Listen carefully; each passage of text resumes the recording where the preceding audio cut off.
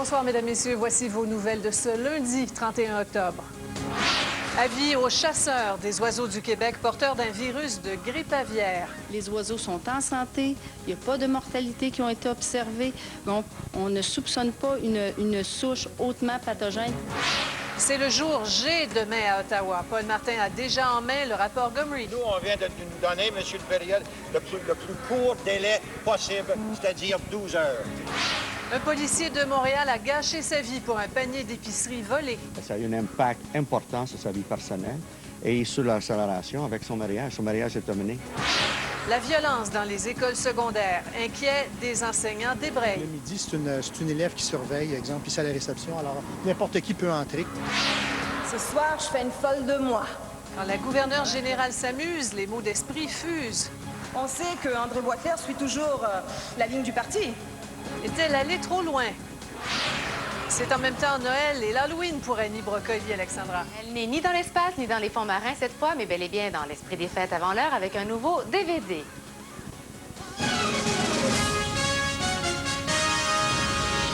Alors, vous venez de l'entendre, il n'y a pas lieu de s'inquiéter. Des oiseaux sauvages atteints de la grippe aviaire, oui, il y en a au Québec. On saura bientôt de quelle souche est le virus, mais on sait que ce n'est pas celle qui fait des ravages ailleurs. Comme on est en pleine saison de chasse, eh bien, le message s'adresse surtout aux chasseurs. Robert Plouffe. La migration des oiseaux sauvages du nord au sud peut faire voyager le virus de la grippe influenza et contribuer à sa propagation dans le monde. Pour la première fois cette année, un programme de surveillance a été mis en place au Canada, dont au Québec. Sur un échantillonnage de 800 canards et autres espèces, 28 oiseaux étaient porteurs d'une souche du virus de la grippe aviaire. Les oiseaux sont en santé, il n'y a pas de mortalité qui ont été observées, donc on ne soupçonne pas une souche hautement pathogène. Ce phénomène ne représente pas un risque plus élevé pour la santé humaine au Québec comme au Canada. Donc, oui, il s'agit d'un type H5, mais pas nécessairement N1, le fameux virus qui décime des élevages complets en Asie et en Europe.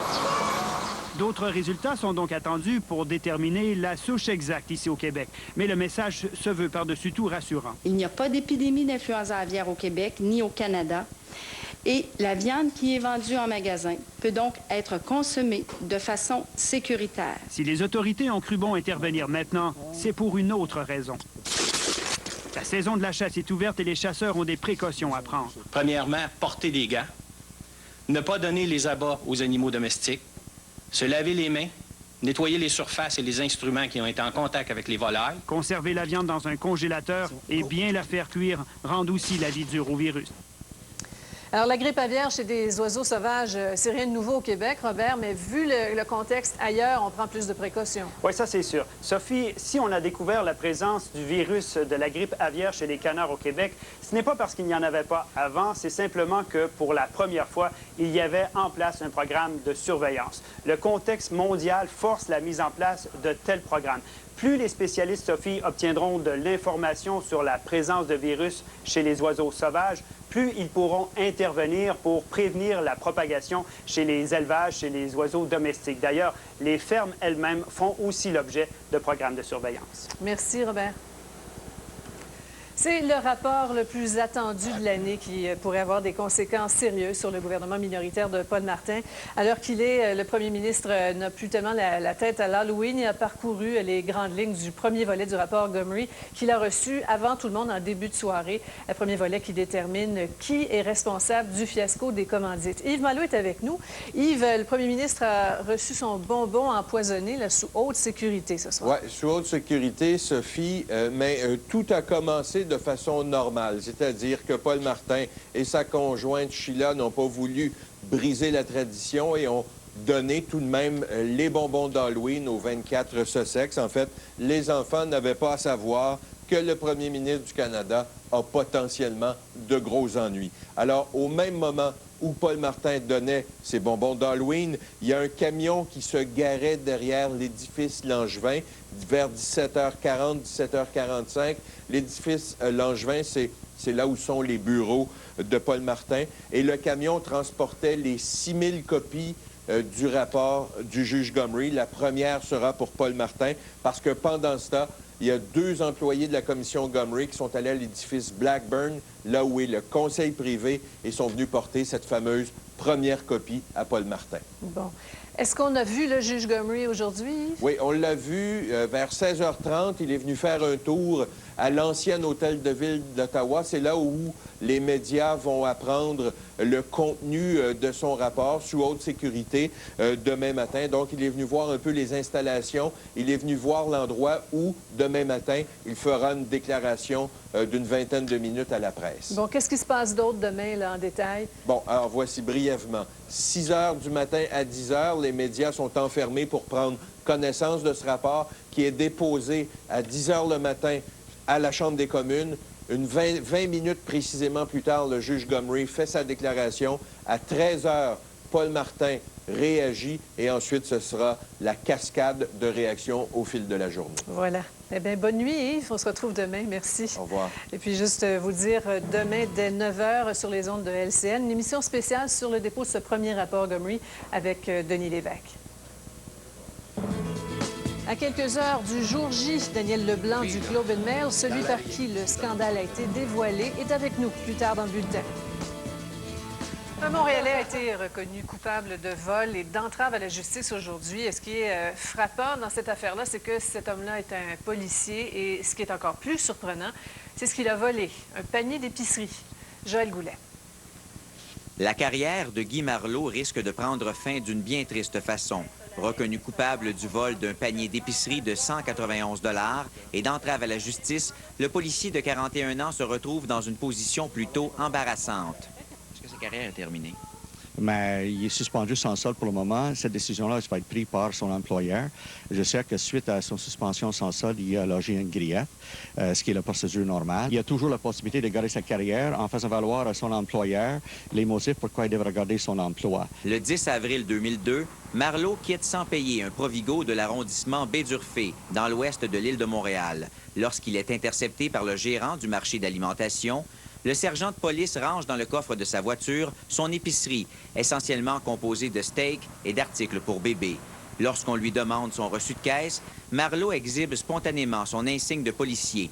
Il expliquera avoir voulu tester la sécurité interne du magasin Provigo en matière de vol à l'étalage et qu'il avait l'intention de retourner à l'intérieur pour payer. Les supérieurs de Marleau n'étaient pourtant pas au courant de cette nouvelle méthode d'enquête. La juge Louise Villemur a qualifié le témoignage de Guy Marleau d'invraisemblable. La magistrate est d'avis qu'en se servant de son statut de policier, son but était de détourner le cours de la justice. La défense a demandé la confection d'un rapport présententiel pour parler des conséquences de ce geste irréfléchi sur la vie professionnelle et personnelle du policier.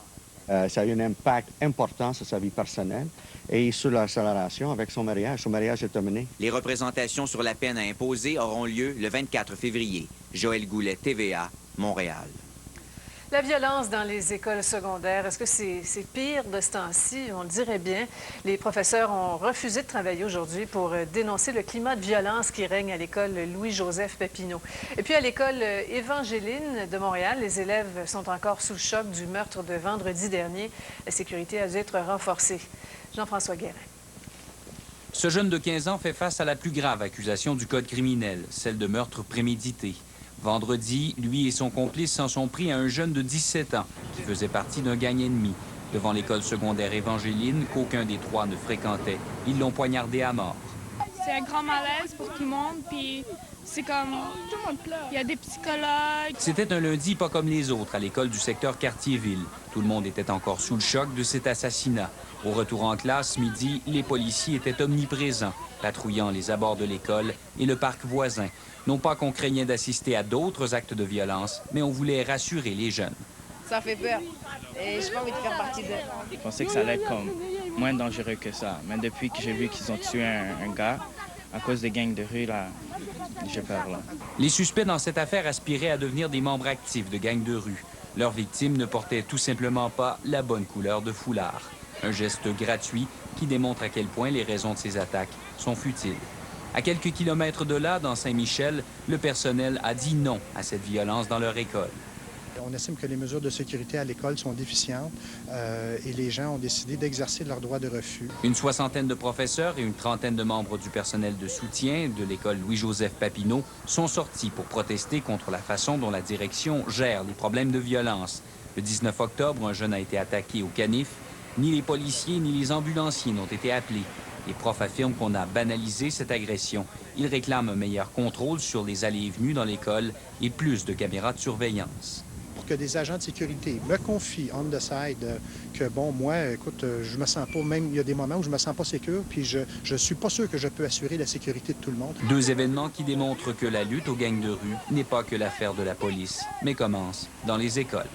Jean-François Guérin, TVA, Montréal. Guy Bertrand a causé toute une surprise aujourd'hui quand il a fait un mea culpa public avant de passer devant le comité de discipline du barreau. Il a reconnu avoir manqué de modération dans l'affaire Mugesera. Il ne lui reste plus qu'à attendre sa sanction. Caroline Gaudreault. Guy Bertrand promettait de se défendre bec et ongle devant le comité de discipline. Il a plutôt décidé d'avouer ses torts. J'ai commis une erreur dans l'exécution de mes fonctions. J'ai omis que je n'étais pas qu'un avocat, j'étais aussi un auxiliaire de justice, un fonctionnaire de la justice et je suis allé trop loin. C'est devant la Cour suprême en 2004 que Guy Bertrand a commis cette faute. Il avait allégué que le ministre de la Justice fédérale avait nommé une juge favorable à l'expulsion du Rwandais Léon Mugesera, accusé d'incitation au génocide. L'avocat avait alors laissé entendre qu'Ottawa avait manœuvré pour faire expulser à tout prix son client devant la pression d'organisations juives. Une insinuation qui aurait pu miner la confiance du public envers la justice. Guy Bertrand le reconnaît aujourd'hui. Non, je regrette le fond parce que ça donnerait l'impression qu'on vit dans une république de bananes s'il fallait que la Cour suprême se laisse contaminer ou influencer par le procureur général. Mais à l'époque où ça s'est fait dans la grande tourmente, j'ai plutôt joué le rôle d'un avocat qui voulait sauver cette vie humaine. L'affaire Mugesera, Guy Bertrand en a fait une affaire personnelle. Pendant 10 ans, il a défendu cette famille devant les tribunaux pour éviter leur déportation. Aujourd'hui, souvent avec émotion, ils sont venus témoigner de leur immense reconnaissance envers Guy Bertrand. L'avocat qui, dans la foulée de toute l'affaire, a été accusé d'avoir tenu des propos antisémites. Si on trouve que l'atteinte à la réputation, ça fait mal, l'antisémitisme, c'est le summum de l'atteinte. Guy Bertrand risque une sanction allant de la simple réprimande à la radiation, mais le président du comité, Maître Régent Blais, a déjà laissé savoir qu'il serait très surprenant d'en venir là, invitant du même coup Guy Bertrand à aller droit au but. Les membres du comité de discipline ont démontré des signes évidents d'impatience durant l'audience, rappelant à Maître Bertrand qu'il n'était pas là pour l'entendre laver sa réputation, mais pour déterminer une sanction. Guy Bertrand entend tout de même faire témoigner une quinzaine de personnes. Caroline Gaudreault, TVA, au Palais de justice de Québec. Les grèves des fonctionnaires ont touché de nouveaux secteurs aujourd'hui pour mettre un peu plus de pression sur le gouvernement. Cette fois, c'est le registraire des entreprises et la régie des alcools, des courses et des jeux qui sont affectés. Il y a 250 employés en débrayage illimité depuis ce matin et ça risque de coûter cher à l'État. Des dizaines de millions de dollars ne seront pas encaissés si les grèves durent. C'est encore plus coûteux à cette période de l'année parce que c'est maintenant que les permis sont émis ou renouvelés d'habitude. Ce sont des dîners courus qui rassemblent la presse parlementaire et les élus. Chaque année, journalistes, députés, ministres se payent la traite, comme on dit. Il y a quelques jours, la Tribune d'Ottawa y a goûté, mais a surtout goûté à l'humour de la gouverneure générale. Michaël Jean a surpris, c'est le moins qu'on puisse dire. Alain Laforêt. La Marseillaise pour présenter Michaël Jean? Non. Mon pays, ce n'est pas... Jean du pays pour la gouverneure générale? Surtout pas. L'hymne national britannique pour la représentante de la reine? Oui, certainement. 600 personnes, journalistes et politiciens, assistent à l'événement annuel qui se veut détendu et humoristique. Michaël Jean a bien compris. Chers collègues, les autres ce soir, on s'en fout. Ce soir, je fais une folle de moi. Brisant un peu avec la tradition, Michaël Jean s'assume pleinement. La dernière édition du Maclean parle d'ailleurs d'elle comme d'une gouverneure générale qui sort de l'ordinaire, alors que dans le Figaro de cette fin de semaine, on la présente comme une petite reine noire, comme l'avaient laissé entendre certains journalistes canadiens. On te refuse le job parce que t'es noir, et quand on te le donne, c'est encore parce que t'es noir. Tu parles d'un calvaire. La voilà qui explique pourquoi Paul Martin l'a choisi. He gave it to me because I'm hot. Et qui tourne en dérision certaines chroniqueuses. L'inimitable Nathalie Petrovski.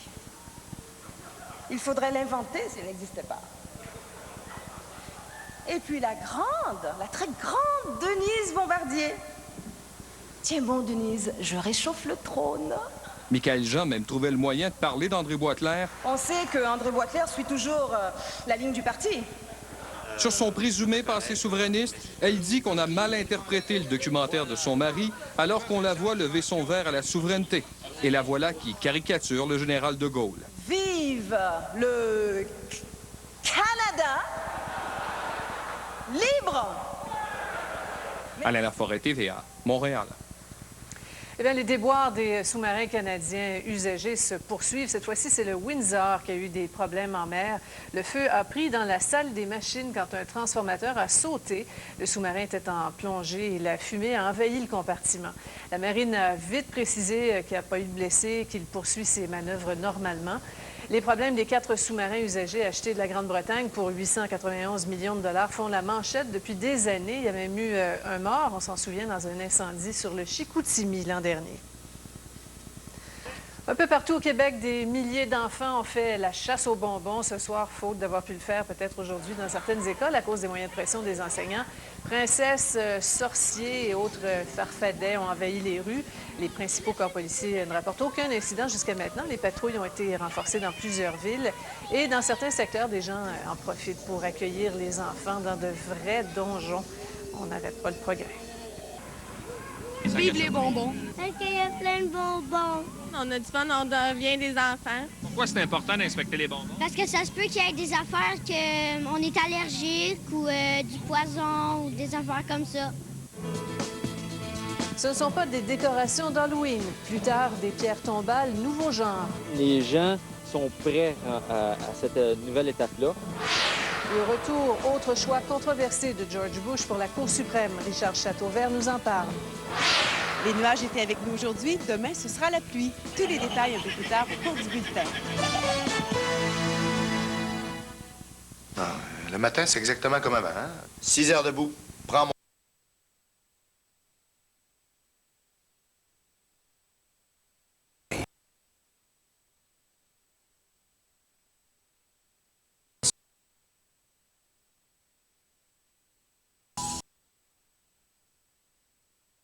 Super.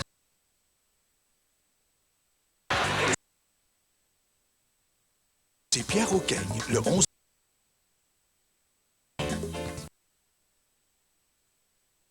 Tente de réparer les pots cassés. Il a présenté celui qu'il veut nommer à la Cour suprême à la place de Harriet Miers, qui s'est désisté la semaine dernière. Richard Chateauvert est avec nous pour nous le présenter. Alors, Richard, ce candidat rallie là, beaucoup plus facilement les républicains.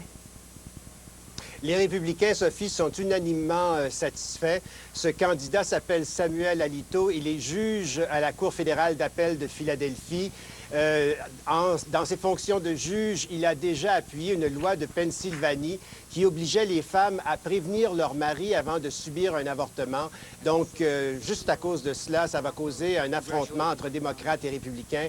Lors des audiences de la commission judiciaire du Sénat, les démocrates vont tout faire pour tenter de savoir si le juge Alito renverserait la décision de la Cour suprême qui a légalisé l'avortement en 1973. Donc, ça va être très controversé, cette nomination et ces audiences. Est-ce que la nomination en question a fait oublier l'inculpation le vendredi de l'ancien directeur de cabinet de Dick Cheney? Écoutez, pour aujourd'hui, oui. Demain également, parce que le président Bush va présenter le plan américain contre la grippe aviaire. Mais jeudi, Louis Scooter Libby comparaît en cour criminelle sous 5 chefs d'accusation, dont entrave à la justice.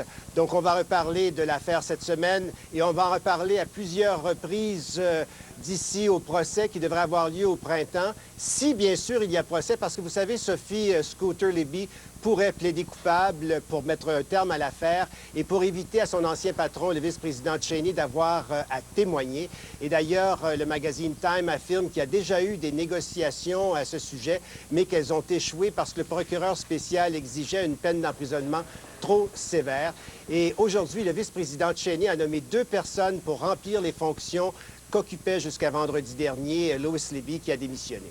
Bon, et puis il faut parler de Rosa Parks, symbole de la lutte à la ségrégation raciale. Elle a eu droit à tout un hommage, une semaine après sa mort. Absolument. Rosa Parks est devenue la première femme à reposer dans la rotonde du Capitole à Washington. Plus de 30 000 personnes de toutes les races ont défilé devant le cercueil. Et au cours d'un service commémoratif à Washington, l'animatrice de télévision Oprah Winfrey a déclaré qu'elle ne serait pas ce qu'elle est et qu'elle ne pratiquerait pas le métier qu'elle pratique si ce n'était de Rosa Parks. Rosa Parks va maintenant reposer à Détroit jusqu'aux funérailles qui vont avoir lieu dans cette ville mercredi. Merci beaucoup, Richard. Eh bien, si le président Bush en a plein les bras chez lui, la situation est loin de s'améliorer en Irak. Il y a 7 soldats américains qui ont perdu la vie aujourd'hui. Les attentats qui se multiplient.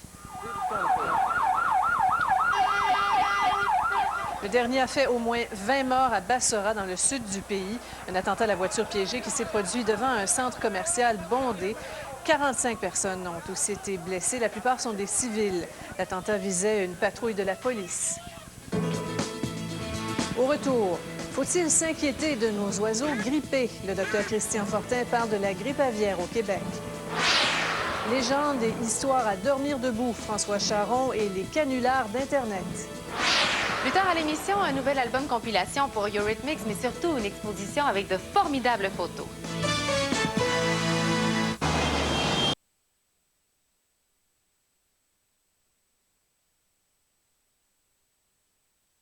Commencez. En plus, le marché... Miroir, miroir, dis-moi qui est le plus beau.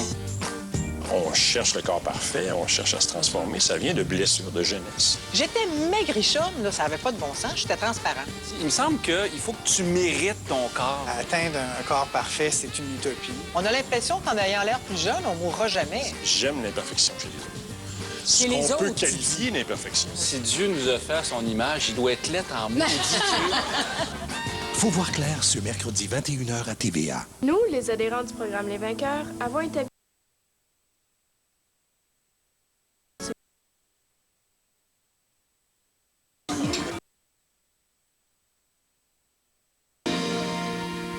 Alors, les autorités de santé publique annoncé aujourd'hui que des oiseaux du Québec étaient porteurs du virus H5. On n'en sait pas encore, on ne sait pas si c'est la même souche qui a fait des ravages en Asie, mais ça inquiète beaucoup de monde, même si les autorités se sont montrées plutôt rassurantes. Le docteur Christian Fortin est avec nous pour nous donner quelques réponses. Bonsoir, docteur Fortin. Oui, bonsoir. Alors, on va préciser des choses, là, parce que même nous, ici, on est tout mêlés. Quand on dit la grippe aviaire, j'ai entendu ça aujourd'hui, la grippe aviaire est rendue chez nous. C'est pas la grippe qui a fait des morts en Asie, là. Non, c'est ça. Vous avez raison, il faut départager les choses. D'abord, grippe aviaire, vous savez, Sophie, c'est un terme général qui veut tout simplement dire l'influenza ou la grippe chez le poulet, chez les canards, puis chez les oiseaux migrateurs, par exemple. Et ce qu'on a trouvé aujourd'hui, c'est un influenza, c'est une grippe aviaire, mais pour le moment, ce virus-là n'est sûrement pas aussi virulent que le virus qu'on avait trouvé en Asie, puisqu'il n'y a aucun oiseau ici qui est mort, aucun oiseau de malade. C'est ça. On dit que les oiseaux ont la grippe de type H5. Qu'est-ce que ça veut dire, ça, ce H5? Bien, vous savez, le H puis le N, là, en fait, à la surface des virus, il y a comme des marqueurs, des protéines. Et il y en a deux types. Il y a le H, puis il y en a 16 sortes de H. Ça va de 1 à 16. Puis il y a le N qui va de 1 à 9. Il y en a 9 sortes.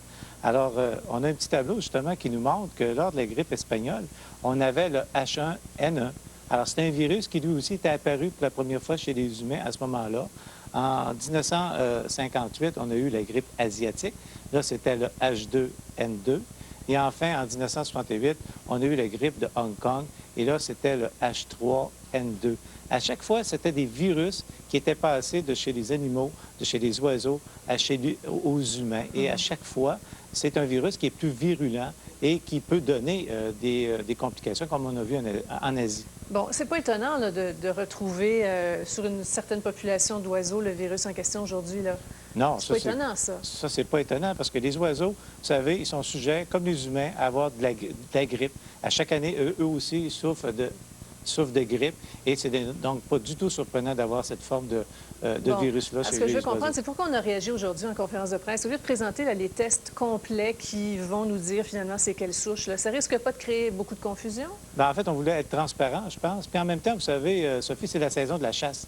On voulait aussi avertir les chasseurs d'être plus prudents parce que, justement, on avait trouvé un virus, alors un virus de l'influenza. On voulait insister auprès des chasseurs pour dire de bien manipuler les animaux après les avoir tués, de mettre des gants et de prendre toutes les mesures d'hygiène nécessaires. Bien, déjà plus clair. Merci beaucoup, Dr. Fortin. Merci.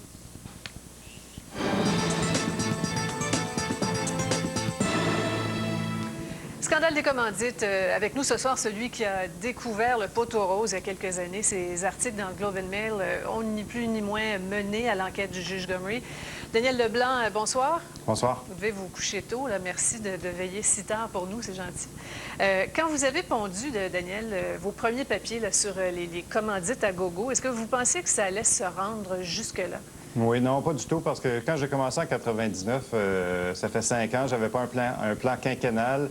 C'est plutôt une série d'articles qui se nourrissaient les uns les autres. Donc, il y a eu une progression lente, mais assez constante d'articles. Je regardais dans mes archives, j'en avais très peu au début, mais avec le temps, ça a augmenté assez rapidement. Puis dans le journal en entier, on est rendu à 700 articles, les éditoriaux et tout ça. Donc, ça a été une lente progression, mais sans... Y compris les lettres des lecteurs et tout là. Oui, c'est ça. Ouais. Vous vous attendez à quoi demain, Daniel? On sait que le souhait de tout le monde du public, c'est que les menteurs soient épinglés, que le cerveau de l'affaire soit désigné. Quelles sont les chances que l'opinion publique soit contentée demain?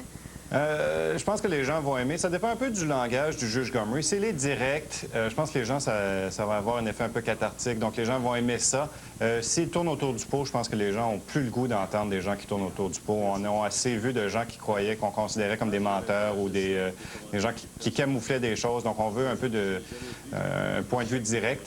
Mais ceux qui s'attendent à des répercussions négatives sur les gens, au-delà de leur réputation, il n'y aura rien de ça. Le juge Gomery va un peu blâmer des gens, dire qu'ils ont mal agi, mais rien de plus. Oui, de toute façon, ça ne peut pas aller tellement plus loin. Ce n'est pas un procès, c'est une commission d'enquête, c'est des recommandations.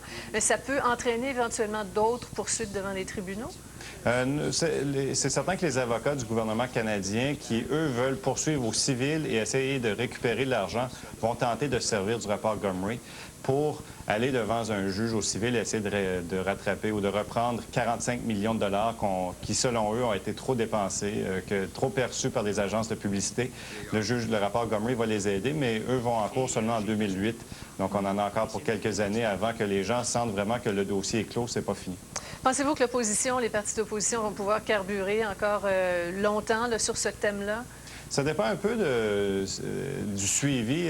Qu'est-ce qu'on va écrire dans 2 semaines là-dessus, c'est pas clair. Mais il y a toujours des gens, étant donné qu'il y a beaucoup d'attention, il y en a quelques-uns qui vont se mettre les pieds dans la bouche. Si Jean Chrétien continue à remettre en cause l'impartialité du juge Gomery et décide d'aller devant les tribunaux pour faire invalider les conclusions du juge Gomery, bien là, ça pourrait retarder. Ça pourrait prolonger un peu le calvaire du Parti libéral. Oui, eh bien, c'est à suivre. Passez une très bonne nuit. À demain. Merci. Au revoir, Daniel.